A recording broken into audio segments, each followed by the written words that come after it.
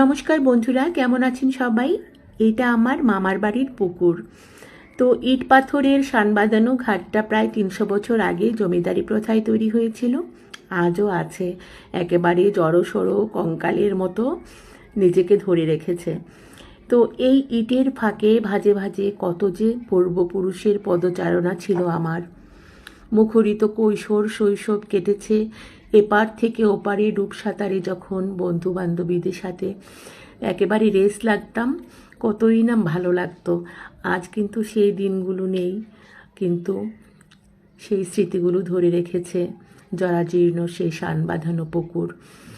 এপার থেকে ওপারে ডুব সাঁতারে যখন যেতাম, গামছায় মাছ ধরতাম, সেই অনুভূতিটাই অন্যরকম। আমি যতবার মামার বাড়ি আসি, আমি কিন্তু একদিন হলেও এখানে স্নান করি আর সেই স্মৃতি রোমন্থন করি। তো সবার সাথেই কিন্তু আর দেখা হয় না, অনেকের বিয়ে হয়ে গেছে, থাকে তারা কলকাতায়, লন্ডন।